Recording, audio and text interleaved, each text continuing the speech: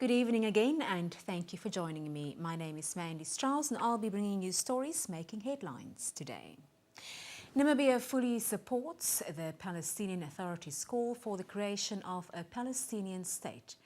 The United Nations General Assembly debate on the call for the United Nations to recognize an independent state for the Palestine started in New York today.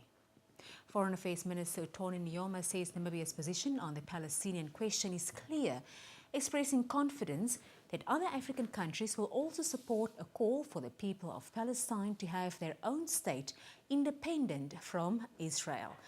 The United States also earlier confirmed that it will use its veto in the Security Council to block a Palestinian application for full UN membership. Squabbles over chieftainship continued to haunt the Mbunza tribe in the Kavango region. The past weekend saw the two divided royal groups with their supporters holding separate meetings in an attempt to advance their agendas. On Saturday, a faction of the Mbunza tribe announced that Esther Nankale Mbambo was its new chief with immediate effect. The announcement was made at a meeting held at the site where the new royal palace would be set up. The faction claims that they no longer want Alphonse Kaundu as chief because he is not from the royal lineage. A meeting for SADC Ministers of Education and Training started in Windhoek today.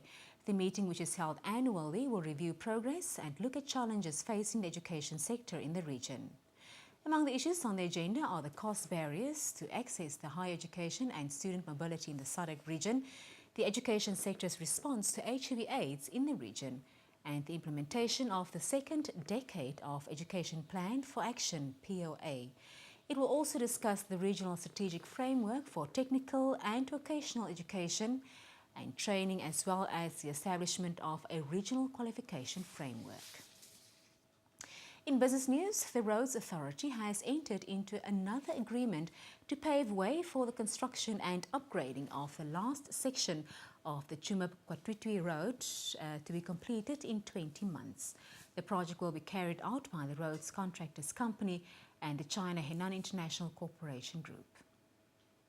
The construction and upgrading of the more than 200 kilometer stretch between Tsumeb and Katwitwi started in 2009. Section A of the road is already completed and will be handed over to the Roads Authority next month, while Section B will be completed within 4 months' time. In news from beyond our borders, troops loyal to Libya's interim leaders have been advancing towards the coastal town of Sirte, Colonel Gaddafi's birthplace and a stronghold of his loyalists. Reports say they are at the eastern gates and the offensive is gaining energy and momentum. But pro-Gaddafi fighters in Bani Walid launched fresh attacks, forcing a retreat under heavy fire. Meanwhile, the Interim National Transitional Council said the creation of a new cabinet had been postponed. The number 2 in the council, Mahmoud Jibril, said last-minute haggling had indefinitely delayed the decision. 900 armoured vehicles are involved in the anti-Gaddafi assault on Sirte, with more reinforcements being brought in. Moving on to sports news, volleyball teams are gearing up for this year's Namibia Volleyball Federation Cup at the end of this month. The cup competition, which is to be played over 3 weekends, will take place in Windhoek at the DTS Sports Grounds. The tournament will start on the 30th of this month and continue the following weekend of the 7th of next month. It will end on the 21st of next month.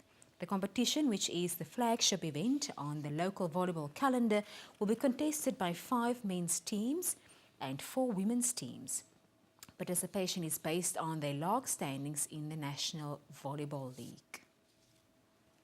And those are the stories making headlines today. Join us again tomorrow at the same time, and we'll bring you news making headlines locally and internationally.